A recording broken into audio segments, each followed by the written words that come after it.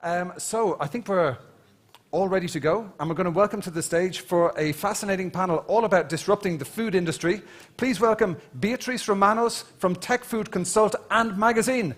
Welcome to the stage, Beatriz. Thank you.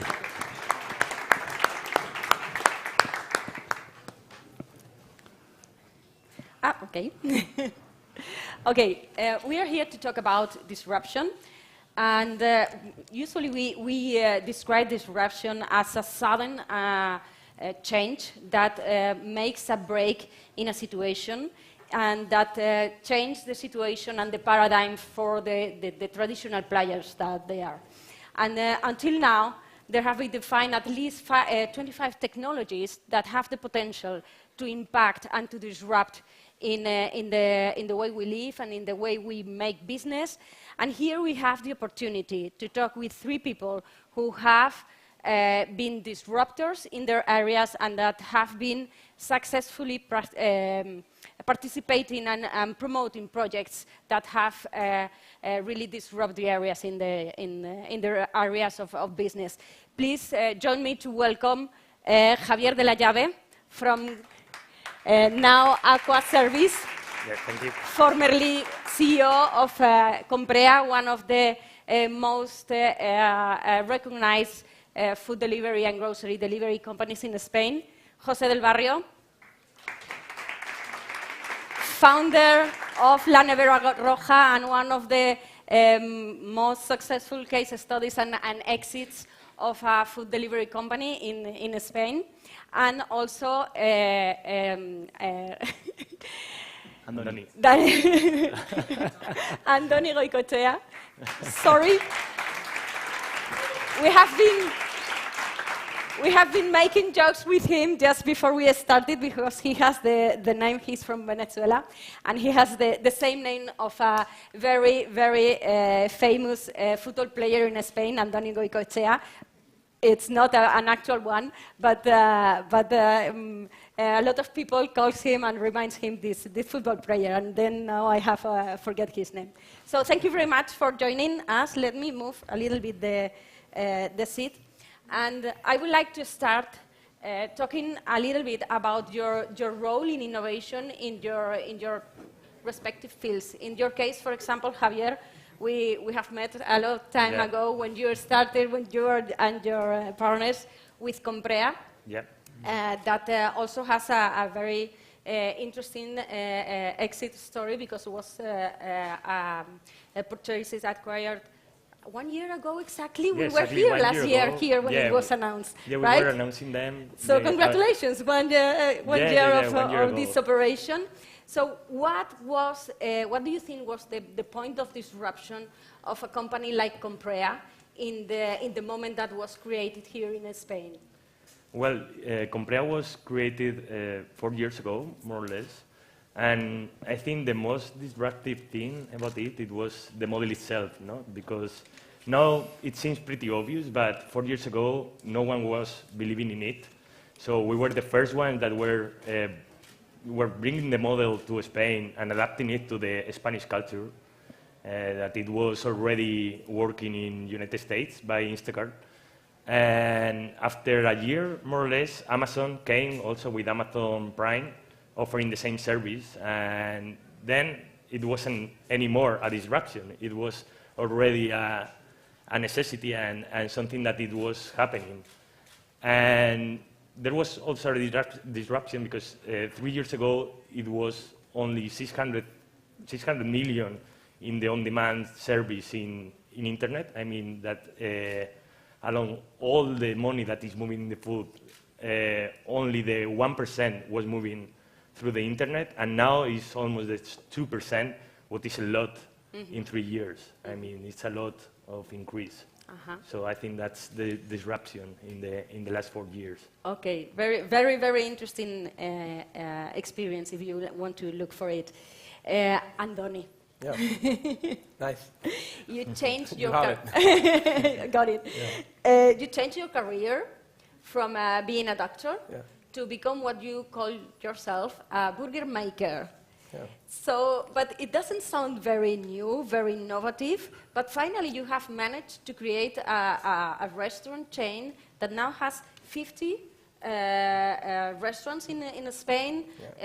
You have opened one restaurant every 12 days and planning the international expansion. So where is the innovation? What was your trick to create this reference restaurant in a world in which that it seemed that everything was already invented? Well, I think I have no idea what was the trick and how we did it, but there are certain things that when you see back, you find things that I think we did things a little bit different than what other people were doing in the business or in the sector, in the food industry. One of the things was, I think, to think the way people in the South Summit, for example, think. So I wasn't like opening a normal restaurant, so I didn't go to other places to see how they do stuff in the restaurant business, but rather I would go to other places that no restaurants to see how people were doing businesses as a thing. So I think lots of our luck maybe comes from being or using many common sense in doing stuff and not copying things that people do. And the other thing I find very interesting was that from the beginning, we started the company. It was a very small company. It wasn't a company. It just was a restaurant, and with all the decor from IKEA and stuff, and just serving burgers. I wasn't a chef. I was a doctor, so we were just trying. But we started with 3 values, and from that day on to today, we keep those values, and that has helped us to stay focused on exactly what we want. Those 3 values are quality, efficiency, and buen rollo, good vibes. So yeah, everything we do, we have to, like put it in that tube where it mixes with the quality, the efficiency, and the good vibes. So every time we try to do something or people invite us to do something else, it doesn't qualify in the good vibes, quality, and efficiency, we just don't do it. So that has helped us a lot. And maybe one other thing is that at the time, I just was working as a medical doctor in La Paz, doing the MIR, my postgraduate studies in medicine. I had my salary, so this was like a side thing I was doing. And when it became a problem that I wouldn't have the time to be at the hospital and at the restaurant, I decided to just do the restaurant thing. So at that time, I needed a salary from the restaurant. But that was all that I needed from the restaurant. I never took money from the company to start other things or to buy things or whatever. I didn't have kids at the time. I don't have kids at the time neither. But at that time, you have 50 kids. Yeah. I have like 50 big old kids and spending kids. But but at that time, I was 100%. Well, now I think I am too. In the restaurant. So everything we would reinvest it again in the company. And that really helps a lot to put like all the eggs in the same thing. Everybody says not to do that. But if you really trust your gut and you want to make it big, then sometimes it's worth it. You said something that is curious. You say, well, I didn't have a company, in fact. I have just a restaurant. Yeah. A restaurant is a company. It's a Maybe. business. It has to be managed like a Yeah. real business. So probably that was the trick, that you started from the beginning with this idea. Yeah. Okay. Jose, you have a long experience also with the restaurant industry, but now you are more focused in the investment with Samaipat Ventures, which is the company you funded after La Nevera Roja. At the beginning, and correct me if I'm wrong, your focus in the company was very oriented to e-commerce solutions, and probably because your experience, your backgrounds come from that. But with the time, have you seen that there are other opportunities in the food industry, in the food area of innovation that go beyond e-commerce, that can leverage other kind of opportunities that maybe you are foreseeing?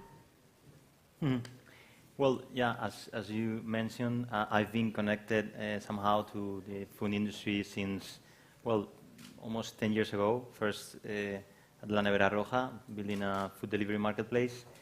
Well, before that, I used to be, when I was 17, a delivery guy. I don't know if that counts. Then, well, we founded La Nevera Roja and sold it in 15, and then we, as you mentioned, we raised a VC firm specialized not just in e-commerce, but what we call vertical brands and marketplaces or platforms. So the main difference is when there is a one-to-one relationship versus many-to-many. That's the platform. The second one, the marketplaces, is more like the business model that La Nevera Roja followed. And we find that extremely interesting because of the network effects that can be triggered following that model. So to your question, we do see lots of innovation on the platform side of things, and many different stages or phases of the value chain, from agriculture to B2C business models, like both in the office and also at home. And what is interesting lately is that the focus has moved a little bit from just home and exploring different opportunities to mobility, for example, travel, restaurants. I mean, yeah, definitely logistics is an industry that it's happening a lot of disruption that is also affecting the food tech industry. But I was more referring to the place, the workplace, so offices. And actually, we've invested in 2 companies in Samaipata. At Samaipata, both, by the way, in Paris. Invested in Europe. Can you share it? Yeah, one is Foodcherie, is the name. Foodcherie. We sold it to Sodexo recently. 1 year recently in January.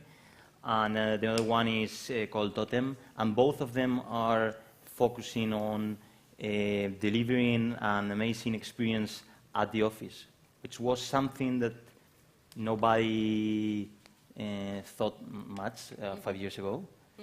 And now it's becoming more and more clear. There is a trend of during the day you spend like 9 hours sleeping or 8 hours sleeping, then you spend a lot of time of your time at the office, and brands are not being able to really reach those customers at the workplace. And we are seeing more and more opportunities there. You have mentioned something very interesting, focusing on the experience for the customer. And let me tell something, Andoni. I have been visiting your office and meeting your sister, and I was really impressed about your office, because for those, of course, not everybody has been there, but to make you an idea, you enter into our office with a lot of people working there, and there's a wall that is a kind of Wall Street with all the stocks, getting updated information. And I was very shocked. What's that? Yeah, and maybe probably you can explain what is that, and if you think that digitalization has been a key for your success. Oh, for sure. So I think we're in the food industry, and we are too in the tech industry and the operations industry, in almost every industry. I think that's the way you have to do it. It has to be like a whole. So in the company, we've been tracking customer satisfaction from day one. And we do it with surveys.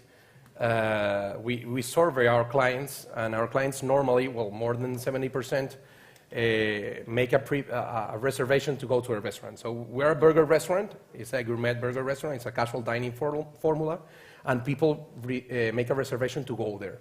So when you make a reservation, we have the data of the customer, so we can ask him or ask her how was the meal. And we have kept it like really simple, asking only 3 questions, and that's quality of the food, quality of the service, and cleanliness. So what you saw in the office, I think, was the ops department KPIs, and it's a very sensible KPI. So anything that happens in the restaurant would affect the KPI, so we would know there's a problem in the restaurant. All the employees in that Everybody office see it, yeah. see them, so they are implied Yeah. with those figures. Yeah, sometimes it's good for them, because if everything works out They have like good KPIs, everybody's so happy and whatever. But when you see lots of red arrows going down, you know, the people in the office gets a little bit like, whoa. Yeah, but it's something important bad, to take decisions. Yeah, that helps a lot. So if in the digital world, if you have the data, like, I don't know, digerida or masticada, I don't know how to say it in English, but prepared so you can make decisions really quick, that has helped us a lot to grow and to detect the things that are not going well so you can fix them quickly. So we can see that disruption sometimes it does not necessary to be with a new product or a new concept of something, but in a new way of doing something or a new way of, for example, managing operations or taking care of the customer or the customer experience. I think it's a lot of space in the whole value chain of food industry for innovation. In your case, Javier, that now you are in the water industry, that we can see what can you innovate in water. Water is water. But you are now the chief of innovation in this aqua service company. Which areas of innovation are you investigating besides the product that is Well, there is water? a lot of innovation in the water market, but also in the corporation, because Aquaservice is a big corporation that 1,300 people are working there. So each department is a company that can be helped by the startup ecosystem. So I think that open innovation is the focus or is the approach that we want to take into the innovation department. Because we want to look at the startup environment and to look to some people that are solving the problems that we having in the different departments in the company, and to solve them. And also in the water itself. Itself, the water. Yeah, itself, there are a lot of things that we can do, of course. Yeah, I mean, there are a lot of companies also working on that side, adding some flavors to the water. Yeah, there's a trend, very important, Yeah. that it's personalization.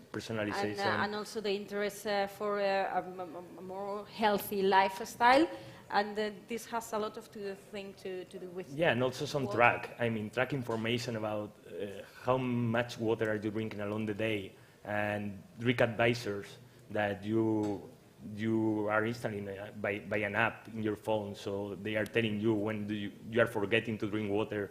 There are a lot of apps going on in that way. So that is a big thing. You have mentioned open innovation and that you are treating now with a lot of startups. Yeah. But you have been a startup at the beginning, no? And all of you have this spirit in your background. So this question is for all of you. How do you manage right now the relationship with the startups as a VC or as a company that some startups can want to be providers of you, and as a big corporation that can, work together in open innovation projects? How do you see it from the other side of the world?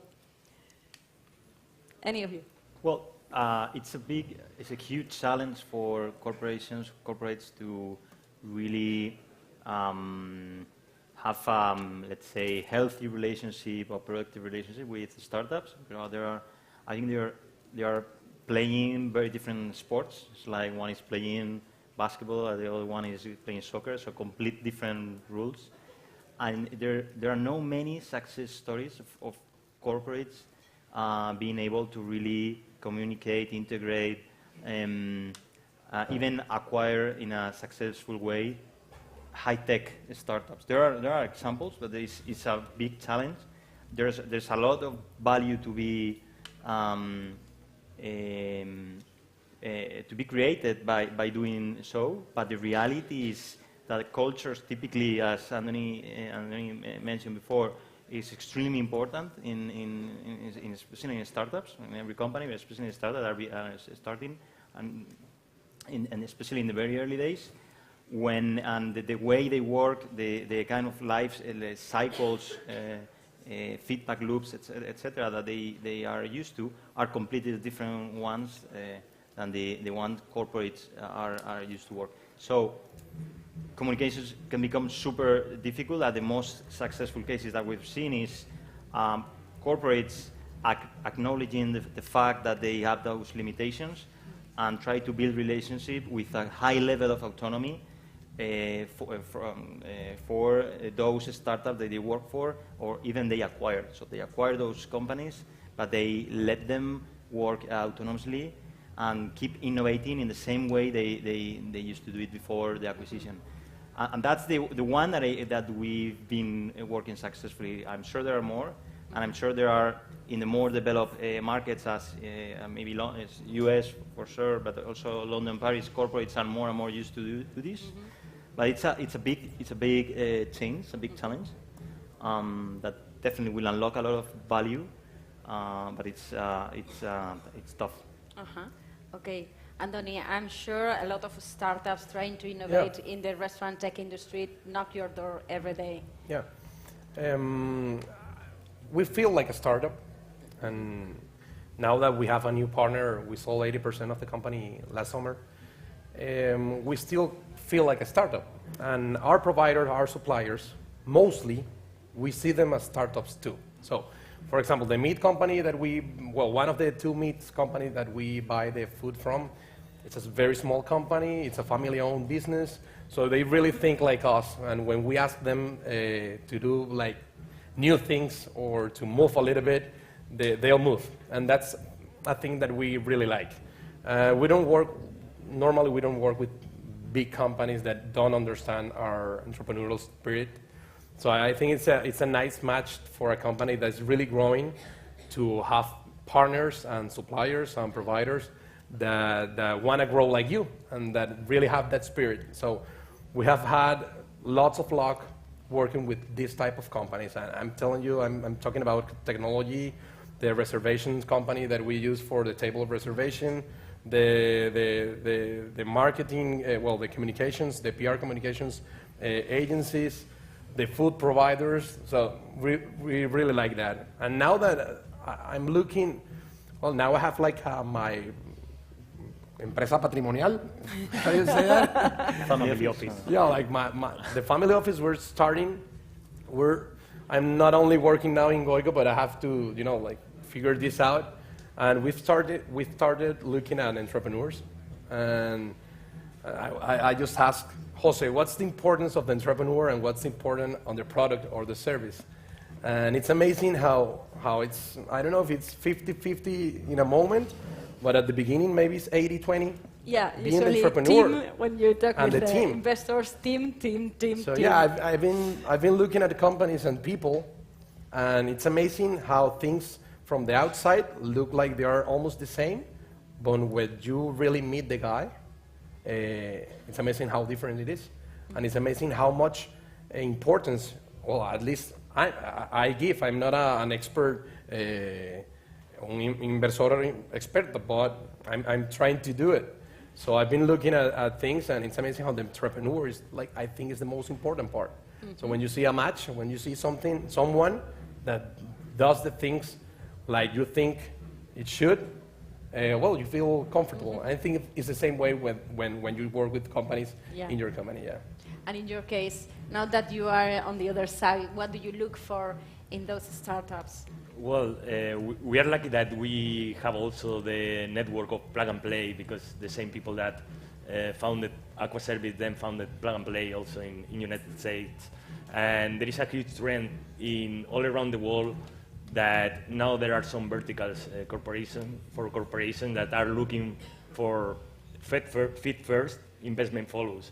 And I think that will be the next trend in this kind of new startup that are trying to get to these big corporations.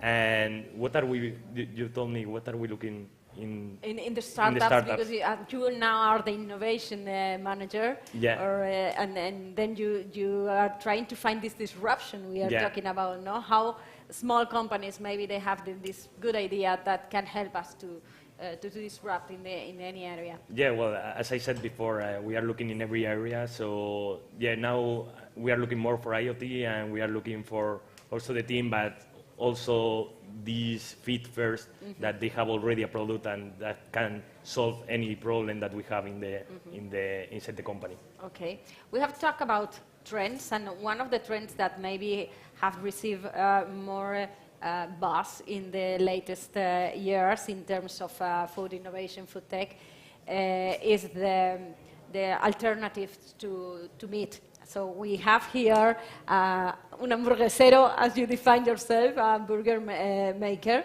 Have you heard about these companies like Beyond Meat or Impossible Foods and many others that are introducing in the market burgers or meat, alternative to meat proposals that are supposed to give a gastronomic experience equivalent to the original? Have you heard about that? Yeah, What do you think about that? Is something that you would serve in your restaurant? I think I'm not an expert, so I've heard about it, I've read about it, I haven't tried it. Okay. I'm a meat lover, so yeah, I'll still Yeah, they're eating supposed to be meat focused for burgers. meat lovers, and they're coming to Spain in the Yeah, next months. They have announced to start being commercialized, especially in the Eureka channel in the next month. So Yeah, we'd love to try it. would love to In try. the near future, yeah, sure. Good. Yeah, it's an amazing thing that's happening. There's lots of customers are asking for new things, and customers are asking for options. So, and we love to give them the options, but we are focused. We do delivery, but we are a restaurant, so we try to keep the delivery just a part of the business. So yeah, that too. So our business is meat. We also sell chicken. We also sell for vegans, for gluten-free, and whatever. And it's very good to have all the options. So we'll see about those options that are coming right now. Yeah, that's sexy. Okay, from the point of view of business opportunity, the first proposals of these meat alternatives or dairy alternatives of protein alternatives were very highly in terms of technology. They needed a lot of resources in terms of investment, technology, biotechnology, research, and so on. We have examples like Beyond Meat and Impossible Foods or Jazz, which are very well known. But there are other methodologies that have been developed in the latest 2-3 years that have made possible to create new products that they are not so intensive in terms of research and investment, and they are able to create and put in the market products that are perfectly acceptable for restaurants or for retail with less than $500,000. So have you evaluated this market? Have you any idea? Because with this entry level of investment, it's I wouldn't say that it democratized it, but it's really more open for other kind of companies. Yeah, well, when we look at the food value chain, what we are seeing, at least is what we think is innovation has started, the first wave of innovation has started from end user. So much of the money invested in the industry has gone through to GrabHub, Just Eat, Deliveroo of this world, like billions of euros invested, let's say at the very end of the value chain, so very close to the user, and users were like kind of driving that innovation, let's say, or dragging the rest of the value chain in that innovation process. What we think is going to happen in the second and third wave of innovation is going to be like then restaurants that have seen the innovation happening at the end of the value chain are going to be like the next anchors or the next promoters of that innovation, dragging the rest of the value chain behind. So to your point, we do see agriculture, manufacturing will face a lot of innovation in the next few years, but we see much more likely restaurants adopting new technologies, POS, cloud solutions, also riding the wave in the middle of this value chain. Yeah, exactly. So riding the retail also? Could be. I'm more focusing now on hospitality, but yeah, sure. So riding the wave of new mobility, and then probably the very beginning of the value chain will follow. But my understanding, I was having a lunch yesterday with one of the investment guys at the Founders Fund, is the Peter Thiel, one of the founders of PayPal Fund, They have invested in that kind of companies, and what he says is from a cost effectiveness perspective, we are far away from there. Mm-hmm. So in terms for those products to be like affordable with some quality, we are still far away from that because it's not efficient. But it will happen. It's a matter of how long will it take us to get there. Mm-hmm. It's, but I'm not an expert in that exact field. Okay, so we are running out of time, so I will ask you just in one sentence, short sentence, each of one, if you are able to tell our audience, when do you feel that you are really becoming disruptor or really bringing disruption to the market? It's sometimes that is felt during your experience. Javier. Can you repeat the question? Yeah, when you founded Comprea, you were aware that you are able to disrupt the market in Spain? Yeah, well, it's also the answer for the first question. Yeah, that I think the disruption itself was the model that no one was believing in the groceries on the internet, and that was the time. Mm-hmm. Yeah. When did you have the key to say we are breaking the market with our burger maker business? Yeah, I think it's still lots of common sense. I think the world lacks of common sense right now. Some people do. So yeah, lots of common sense and doing it the way you really feel and you really think is the best way to do it. Sometimes you will feel that you're doing exactly the opposite that the other people are doing. You're doing something special, and that's something very different. scary sometimes. Yeah. But sometimes it's good. So do it the opposite way, and sometimes it will work. Yeah, sorry. And for you, Jose, when do you think is the point? Do you realize that this is something different? We get it something. Sometimes when people think you are crazy or start complaining, I think it's a good signal of you are doing something different. Okay, so maybe you can get these ideas for your next project. Thank you.